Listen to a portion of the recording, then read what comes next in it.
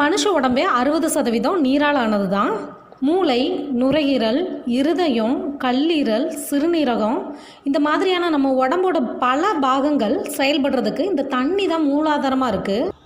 தாகத்தை தனிய வைக்கிற நீர் அப்படிங்கிறதுனால தான் இந்த நீருக்கே தண்ணீர்னு பேர் வந்துச்சு. குழந்தைங்க கிட்ட கேட்டால் எனக்கு ஹார்லிக்ஸ் பிடிக்கும், எனக்கு பூஸ்ட் பிடிக்கும்னு சொல்லுவாங்க. அதே இது பெரியவங்க கிட்ட கேட்டால் காஃபி இல்லாத காலையே கிடையாது, ஒரு கப் டீ குடித்தாதான் எனர்ஜியே வரும்னு சொல்லுவாங்க. இவங்களில் யாருக்குனாலும் சரி, அவங்க நல்ல தாகத்தோடு இருக்கிறப்ப அவங்களுக்கு பிடிச்ச coffee, tea, Horlicks, boost, Bournvita இதில் எதை கொடுத்தாலும் வேணாம், ஒரு கப்பு தண்ணி கிடைக்குமான்னு தான் கேட்பாங்க. அதை குடித்ததுக்கப்புறம் தான் அவங்க தாகமே அடங்கின மாதிரி ஒரு திருப்தியே கிடைக்கும். சாப்பாடு இல்லாமல் கூட சில பல நாட்கள் உயிர் வாழ்ந்துடலாங்க. ஆனால் தண்ணிங்கிற ஒன்று இல்லாமல் ஒரு நாள் கிடக்கிறதே பெரிய விஷயங்க. நம்ம உடம்புல இருக்கிற ஒவ்வொரு திசுக்களோட வளர்ச்சிக்கும் அவற்றுக்கு தேவையான ஆக்சிஜனையும் ஊட்டச்சத்துக்களையும் கடத்துறதுலையும் இது முக்கிய பங்கு வகிக்குங்க. சராசரி மனிதனோட ரத்தத்தோட அளவே 5.5 லிட்டர் தாங்க. அதுவும் அந்த ரத்தம் 83% நீரால் ஆனதுங்க. எலும்புகளில் 22%, மசில்ஸில் 75%, மூளையில் 80% இந்த தண்ணியை தான் அடிப்படையாக வச்சுருக்குன்னா பார்த்துக்கோங்க.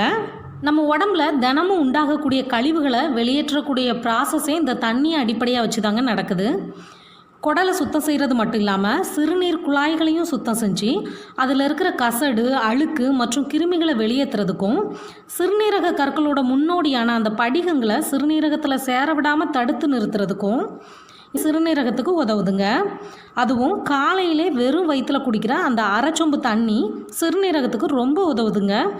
இந்த மாதிரியான வாட்டர் தெரப்பி இந்தியா, ஜப்பான் உட்பட பல நாடுகளையும் பரவலாக காணப்படுதுங்க. நம்ம உடம்போட வெப்பநிலையை மெயின்டைன் பண்ணுறதுக்கும், உணவை குடலில் ஜீர்ணித்து சக்தியாக உறிஞ்சுறதுக்கும் உதவுதுங்க.